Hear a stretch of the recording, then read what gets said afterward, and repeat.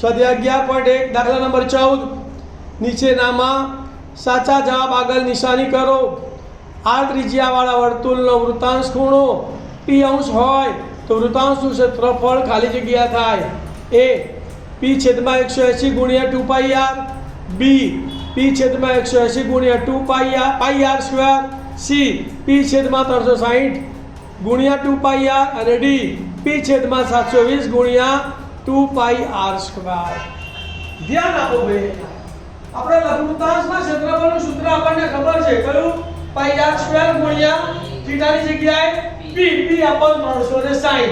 તો આપણે બે વસ્તુ ચેક કરવાની, એક તો πr સ્ક્વેર છે અને બીજો 360 છે। તો પહેલું ચેક કરીએ, અહીંયા πr સ્ક્વેર છે નથી, 2πr એટલે આ સૂત્ર આવશે નહીં।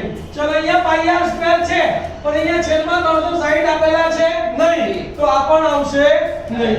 ચલો અહીંયા πr સ્ક્વેર છે ના, 2πr છે એટલે પણ આવશે। ત્રણ ખોટાનો ચોથો જવાબ આવ્યો। પણ ચેક કરીએ, πr સ્ક્વેર છે પણ અહીંયા 360 ની જગ્યાએ 720 છે, પણ અહીંયા બે આપેલા છે, બે છેદ ઉડાડી દઈએ તો 360 થઈ જાય કે ના થઈ જાય? તો કયો જવાબ આવશે? p/720 ગુણ્યા 2πr સ્ક્વેર। ખ્યાલ આવી ગયો?